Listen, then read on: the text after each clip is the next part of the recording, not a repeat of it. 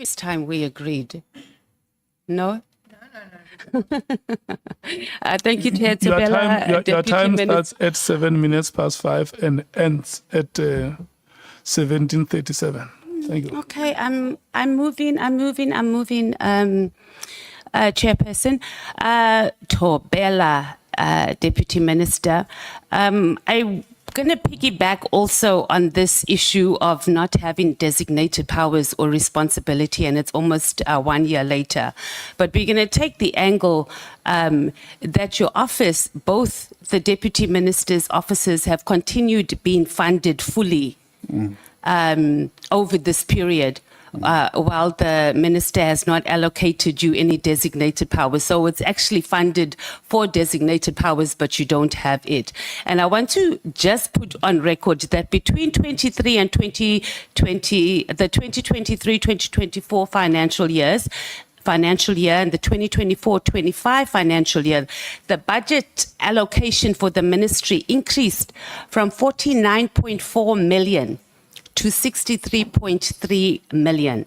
So the projected growth here for this financial year is 119 million. So this is reflecting a 23.6% growth compared to the other sub-programs within the administration. And it's a significant increase, Deputy Minister, and you know that because I raised this at the previous, when we had the previous annual report, because the average increase on other sub-programs for the administration budget is 4.6%.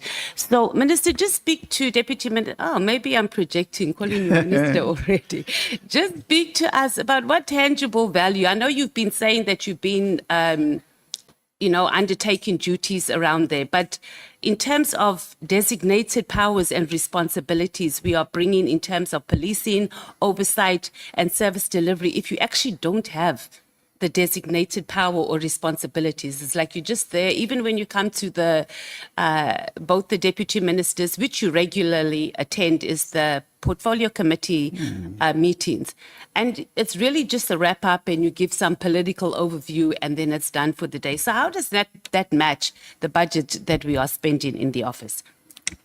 Thank you, Chair, through you. Thanks, Honorable Member. We don't appear to committees just for the sake of appearing. We are appearing as part of our accountability. And as members of parliament, we account to you.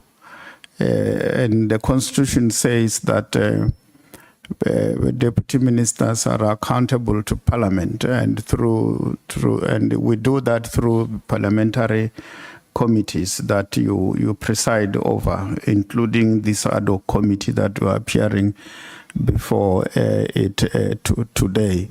We have made meaningful contributions, some of whom I have outlined earlier on, Honorable Member, when I was responding to some of the questions that were raised. And one key example is the organizational structure that we have adopted now, which is a product of our contribution to working together with the personnel in the office and other programs that I spoke to. I spoke to Operation Chanela 2, which is an escalation of what we had before, and it is a product of our contribution to the discussions going on in SAPS. And these are just but a few that I can mention. So, Minister, Deputy, I'm saying it again. No Deputy problem. Minister, you're saying the same thing and you're not answering the question. Your budget allocation is for a Deputy Minister that has designated responsibilities. When you come and account here, you're not accounting as a Deputy Minister, you're just representing the Minister because you don't have a designated, both deputy ministers don't have that. So essentially we are saying that also the minister, Kunu, has even failed. It's wasteful expenditure because he's taken over a year just to give responsibilities. And I don't buy that story that he needed an entire year to work out what's happening in the police. That's why we had handover. So he could have even continued on what the previous ministry had done. And as he was moving along, where he saw the gap, he could have changed it. I am so sure, and you'll answer me, Deputy Minister, whether once he assigns a role, it cannot be changed after. Maybe you should answer that. No, Because a whole year of spending that much money on deputy ministers that do not have designated powers and responsibilities should be a problem. thank you, Chair, through you. It doesn't mean that because there were no signed off designated powers, we were not given responsibilities to do as the deputy ministers. We did, and there are things that we're involved in, as I've outlined there as an example. Obviously, the seventh administration was going to have an increase within the ministry because we have 2 deputy ministers, not 1. And that in itself was going to lead to an increase. There's no way that you can add an extra person and there are no there's no impact on the budget. It will definitely be there. And that's exactly the point. We've been allocating budgets without the designated responsibilities. And we are not saying that you didn't perform duties.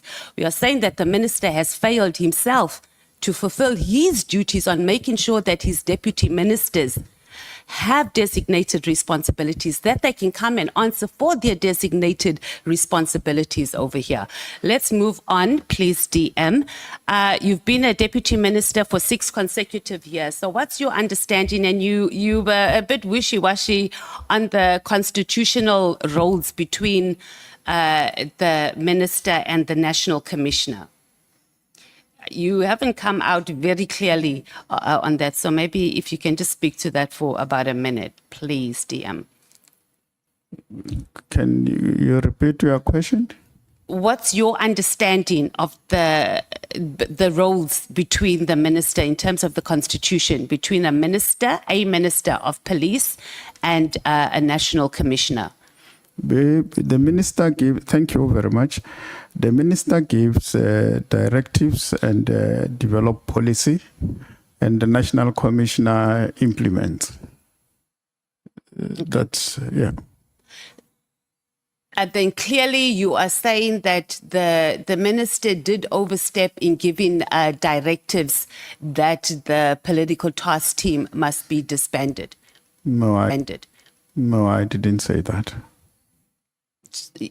Okay, tell me what you're saying, Minister. That's what I said he develops policies and gives directives in terms of the constitution. No, I'm saying throughout the day, throughout your testimony. So you haven't, that's why I'm asking, because it hasn't come out clearly. Do you think the minister overstepped in his, when he sent that letter to disband the political killings task team? Well, I can't say he overstepped, because the legality or to say the law does not allow that. So he was within. Okay, I got you. You answered this question that you weren't part of the meeting between former Minister Cele and Minister Kunu on the handover meeting. So you wouldn't be able to answer if the minister was briefed on the IMC. Let's move to... The minister spent a lot of time saying that he engaged both his deputy ministers, I think on the 21st of November 2025. Where he discussed the disbandment of the PKTT. So what we're not getting here, DM, is that there seems to be like this beating around the bush on what was actually discussed. So we had the minister always going on about this work, this work study 2029, the complaints he was getting about the PKTT, but there was, and the new onogram. So these were some of the things that informed the decision. Yeah. But it seems like there was never an open discussion, or maybe we're not being told, and we're asking you now, was there an open discussion given that we are moving and we're setting up this, murder and robbery unit, we are going to shut down the PKTT. Like, was there a discussion like that? Or we were just talking around the bush that, okay, if we're going to empower the murder and robbery unit, that means that this PKTT is going to go. So help us out, please, Thank dear. you, Chair, and thanks, Honorable Mem.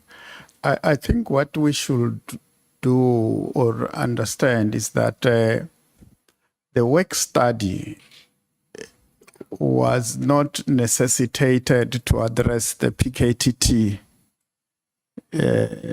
task team.